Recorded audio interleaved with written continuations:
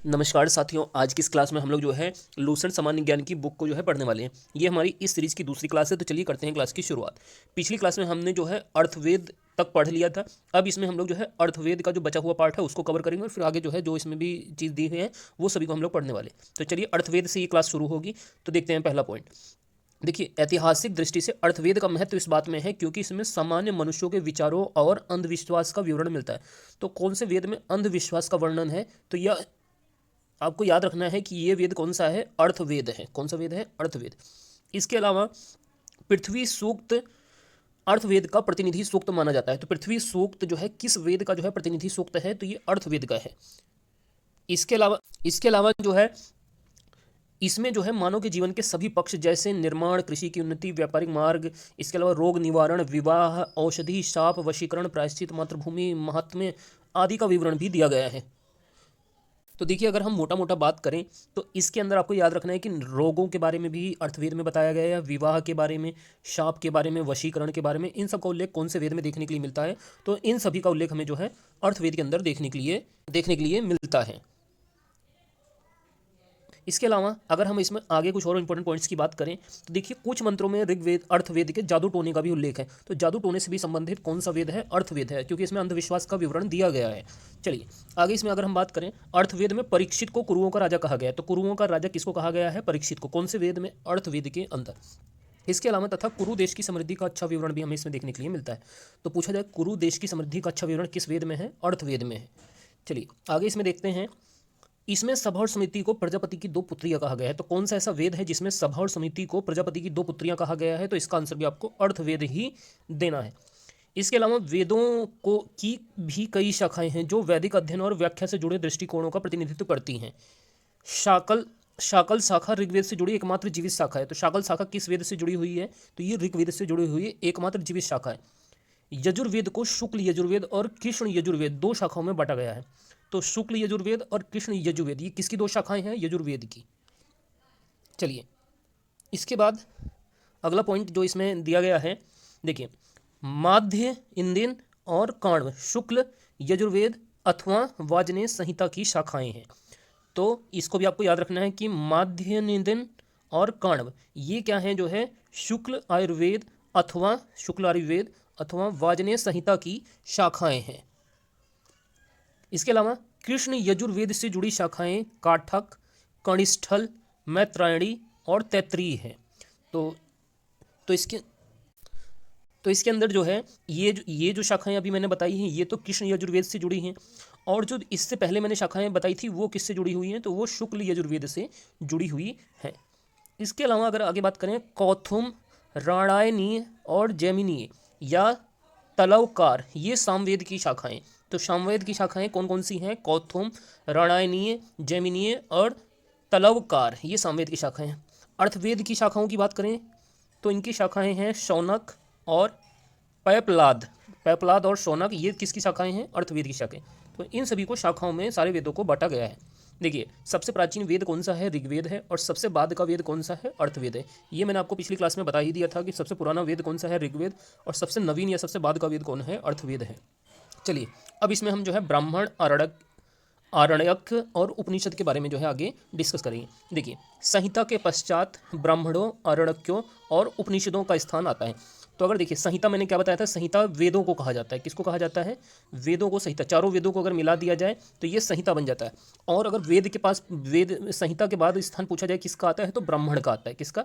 ब्राह्मणों का। इसके बाद फिर आरण्यकों का स्थान आता है और फिर सबसे अंत में क्या आता है? उपनिषद का स्थान आता है। तो इसका आपको सीक्वेंस याद रखना है, किस सीक्वेंस में ये जो है इनकी रचना की गई है। इसके अलावा इनमें उत्तर वैदिक कालीन समाज और संस्कृति के विषय में जानकारी प्राप्त होती है। तो इनसे किसके बारे में जानकारी मिलती है?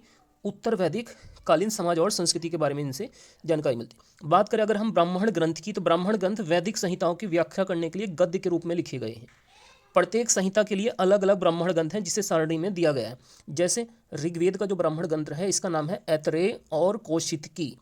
यजुर्वेद का जो ब्राह्मण ग्रंथ है तैत्रीय और शतपथ बहुत इंपॉर्टेंट है पेपर के लिए। शतपथ किसका है? यजुर्वेद का। और तैत्रीय भी किसका है? यजुर्वेद का है। इसके अलावा सामवेद का जो ब्राह्मण ग्रंथ है इसका नाम है पंचविश। और लास्ट में बात करें अर्थवेद का जो ब्राह्मण ग्रंथ है इसका नाम है गोपथ। तो इस टेबल को आपको बहुत ही अच्छे से याद कर लेना है। इसके बाद बात करें, इन ब्राह्मण ग्रंथों में हमें परीक्षित के बाद और बिंबिसार के पूर्व की घटनाओं का ज्ञान प्राप्त होता है। परीक्षित के तो बाद और बिंबिसार के पहले की घटनाओं का ज्ञान हमें ब्राह्मण ग्रंथों से ही हुआ है। ऐत्रेय में, ऐत्रेय किसका था? ऐत्रेय था जो है, ये ऐत्रेय है ऋग्वेद का। तो ऐत्रेय में राज्याभिषेक के नियम और कुछ प्राचीन राजाओं के नाम दिए गए। तो राज्याभिषेक के नियम का उल्लेख किस में है? ऐत्रेय में। ऐत्रेय किसका ब्राह्मण ग्रंथ है? ऋग्वेद का। चलिए, इसके अलावा बात की जाए अगर शतपथ में, शतपथ किसका था? शतपथ है यजुर्वेद का। देखिए, शतपथ किसका है? शतपथ है यजुर्वेद का। यजुर्वेद का जो ब्राह्मण ग्रंथ है वो शतपथ है।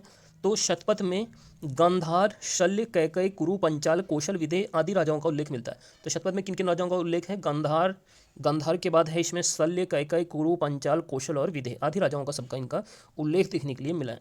वैदिक साहित्य में ऋग्वेद के बाद शतपथ ब्राह्मण का स्थान आता है। तो वैदिक साहित्य में अगर पूछा जाए ऋग्वेद के बाद किसका स्थान है? शतपथ ब्राह्मण का स्थान है। इसके अलावा आरण्यक में यज्ञ से जुड़े कर्मकांडों की दार्शनिक व प्रतीकात्मक अभिव्यक्ति है। आरण्यक में क्या है? यज्ञ से जुड़े कर्मकांडों की व्याख्या की गई है। इसके अलावा उपनिषदों की संख्या कितनी है? 108 है। इनमें से 13 मूलभूत, जिनमें 13 को मूलभूत उपनिषदों की श्रेणी में रखा गया है। इन 108 में से 13 कितने हैं? मूलभूत उपनिषद है। इसमें यज्ञ से जुड़े दार्शनिक विचार, शरीर, ब्रह्मांड, आत्मा और ब्रह्मा की व्याख्या की गई है उपनिषदों के अंदर। स्त्री की सर्वाधिक गिरी हुई स्थिति मैत्रिणी संहिता से प्राप्त होती है। तो स्त्री की सबसे अधिक गिरी हुई स्थिति किसमें दिखाई गई है? मैत्रिणी संहिता में, जिसमें जुआ और शराब की भांति स्त्री को पुरुष का तीसरा मुख्य दोष बताया गया है मैत्रिणी संहिता में। इसके अलावा शतपथ ब्राह्मण में स्त्री को पुरुष की अर्धांगिनी बताया गया। तो शतपथ ब्राह्मण में क्या बताया गया है? स्त्री पुरुष की क्या है? अर्धांगिनी है। इसके अलावा जबालोपनिषद में चारों आश्रमों का उल्लेख है। तो चारों आश्रम किसमें बताए गए हैं? जबालोपनिषद में। इसके अलावा स्मृति ग्रंथों में सबसे प्राचीन और प्रमाणिक मनुस्मृति मानी जाती है। यह शुंग काल का मानक ग्रंथ होता है। सबसे प्राचीन जो है स्मृति ग्रंथ कौन सा है? मनुस्मृति है। और इसमें किस काल की जानकारी हुई है? शुंग काल की। नारद स्मृति गुप्त युग के विषय में। इसके अलावा अगर नारद स्मृति की बात करें तो इससे जो है गुप्त काल की जानकारी हुई है। गुप्त काल की जानकारी किससे हुई है? नारद स्मृति से हुई है। बात करें अगर हम अब इसके बाद अगला जो हमारा टॉपिक है वेदांग व सूत्र। तो देखिए, वेदों को भली बातें समझने के लिए 6 वेदांगों की रचना की गई है। वेदांग हमारे टोटल कितने हैं? 6 हैं। कौन कौन सी 6 वेदांग हैं? शिक्षा, कल्प, निरुक्त, व्याकरण, छंद व ज्योतिष। बात करें अगर शिक्षा तो ये शुद्ध उच्चारण शास्त्र है। कल्प यह कर्मकांडी विधि बताया गया है इसमें। निरुक्त में शब्दों की उत्पत्ति का शास्त्र बताया गया है। इसके अलावा व्याकरण, छंद व ज्योतिष। शिक्षा, कल्प, निरुक्त, व्याकरण, छंद और ज्योतिष, ये हमारे टोटल 6 वेदांग हैं। इनकी रचना वेदों को समझने के लिए की गई है। चलिए, इसमें इसके बाद आगे कुछ और इंपॉर्टेंट पॉइंट्स देखते हैं। देखिए, वैदिक साहित्य को अक्षुण्ण बनाए रखने के लिए सूत्र साहित्य का प्रणयन किया जाता है। श्रौत ग्रह तथा धर्म सूत्रों के अध्ययन में हमें यज्ञ विधि विधानों, कर्मकांडों एवं राजनीति विधि व्यवहार से संबंधित महत्वपूर्ण बातें ज्ञात करते हैं। तो इसमें देखिए कुछ ऐसा इंपॉर्टेंट पॉइंट नहीं है। आगे बढ़ते हैं। प्रमुख सूत्रकारों में गौतम, बौधायन, अपस्तब्ध, वशिष्ठ आदि के नाम विशेष रूप से उल्लेख हैं। तो इसको आपको एक बार बस पढ़ लेना है। इसके अलावा सूत्रों में, अगर सूत्रों की बात करें तो सूत्रों में गौतम धर्मसूत्र सबसे प्राचीन माना गया है। ये पॉइंट बहुत इंपॉर्टेंट है कि सभी सूत्रों में जितने भी हमने सूत्रकारों के बारे में पढ़ा तो इनके जो सूत्र हैं इनमें सबसे इंपॉर्टेंट सूत्र है गौतम धर्मसूत्र। गौतम धर्मसूत्र सबसे प्राचीन माना गया है। अब देखिए, अब हम लोग इसमें पढ़ेंगे पुराणों के बारे में। भारतीय ऐतिहासिक कथाओं का सबसे अच्छा क्रमबद्ध विवरण पुराणों में मिलता है। इसके रचयिता कौन है? पुराणों के रचयिता हैं महर्षि लोमहर्ष और उनके पुत्र उग्रश्रवा माने जाते हैं। तो इन्होंने इनकी जो है रचना की है। पुराणों की संख्या है 18, जिनमें से केवल 5 पुराणों को ही प्रमाणिक माना गया है और इनमें राजा की वंशावली पाई जाती है। ये 5 कौन से पुराण हैं? मत्स्य, वायु, विष्णु, ब्राह्मण और भागवत। इन 5 में ही राजाओं की वंशावली पाई जाती है। जैसे बात करें विष्णु पुराण, इससे हमें मौर्य वंश से संबंधित है ये। मत्स्य पुराण आंध्र सातवाहन वंश से संबंधित है। और जो वायु पुराण है ये गुप्त वंश से संबंधित है। वायु पुराण किस वंश से संबंधित है? गुप्त वंश से संबंधित है। तो ये काफ़ी इंपॉर्टेंट है, इसको आपको याद कर लेना। देखिए, पुराणों में मत्स्य पुराण सबसे प्राचीन एवं प्रमाणिक है। तो सबसे प्राचीन एवं प्रमाणिक पुराण कौन सा है? मत्स्य पुराण। और मत्स्य पुराण से आंध्र सातवाहन वंश की जानकारी मिली है। अधिकतर पुराण संस्कृत श्लोक में लिखे गए हैं। स्त्रियां तथा शूद्र जिन्हें वेद पढ़ने की अनुमति नहीं थी वे भी पुराणों को सुन सकते थे। पुराणों का पाठ पुजारी जो है कहाँ किया करते थे? मंदिरों में किया करते थे। सामाजिक एवं सांस्कृतिक दृष्टि से अग्नि पुराण का काफ़ी महत्व है, जिसमें राजतंत्र के साथ साथ कृषि संबंधी विवरण भी दिया गया। तो यहाँ तक की बातें हमारी सभी वेदों से रिलेटेड थी। अब हम लोग इसके अंदर बौद्ध, जैन एवं अन्य साहित्यिक चीज़ों को जो है पढ़ेंगे। देखिए, जातक में बुद्ध की पूर्व जन्म की कहानी वर्णित है। तो अगर आपसे पूछा जाए बुद्ध के पूर्व जन्म की कहानी किसके अंदर है, तो ये जातक में है। इसके अलावा हीनयान का प्रमुख ग्रंथ कथा वस्तु है, जिसमें महात्मा बुद्ध का जीवन चरित्र कथानकों का साथ वर्णन है। तो ये हीनयान का संबंध किसके साथ में है? हीनयान और महायान दोनों जो है महात्मा बुद्ध के जीवन से संबंधित है, मतलब इसका संबंध बौद्ध धर्म से है। इसके अलावा जैन साहित्य को आगम कहा जाता है। तो जैन साहित्य को क्या कहा जाता है? जैन साहित्य को कहा जाता है आगम।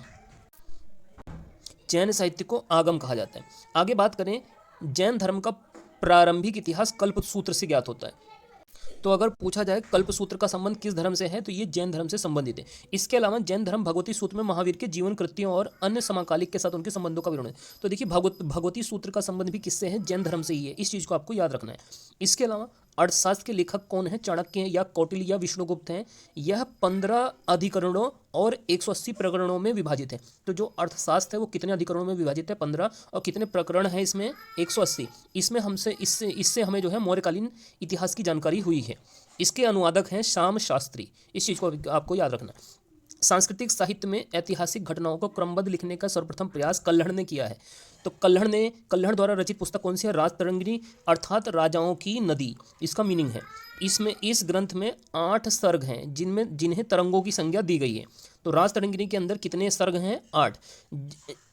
इसमें प्रारंभ से लेकर 12वीं सदी तक के कश्मीर के शासकों का वर्णन किया है। तो कश्मीर के शासकों का वर्णन किसके अंदर है? राजतरंगिणी के अंदर। और इसको किसने लिखा है? कल्हड़ के द्वारा लिखी।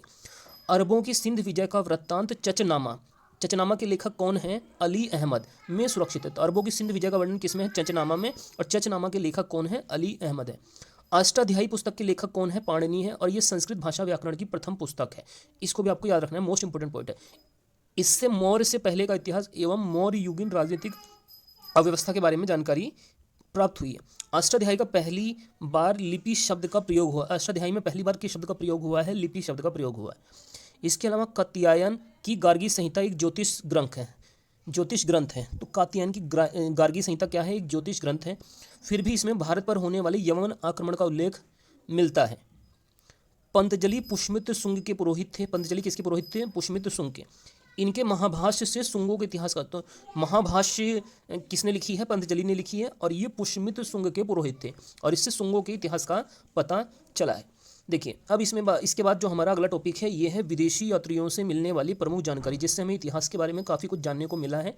ये हम लोग जो है अब शुरू कर रहे हैं इसमें, और इसको जो है हम लोग बाकी अपनी अगली क्लास में कंप्लीट करेंगे। इसमें जितना दिया गया हम यहाँ तक आज जो है पढ़ने वाले हैं। देखिए सबसे पहले आते हैं इसमें यूनानी रोमन लेखक। तो यूनानी रोमन लेखकों में सबसे पहले आते हैं टेसियस के बारे में अगर बात करें तो यह ईरान का राजवैद्य था। किसका राजवैद्य था? ये ईरान का था। और भारत के संबंध में इसका विवरण आश्चर्यजनक कहानियों से परिपूर्ण होने के कारण अविश्वसनीय है। तो यहाँ सबसे पूछा जा सकता है कि टेसियस कहाँ का राजवैद्य था? ईरान का था, ईरान देश का था। दूसरा इसमें जो दूसरे यूनानी रोमन लेखक हैं इनमें नाम आता है हेरोडोटस का।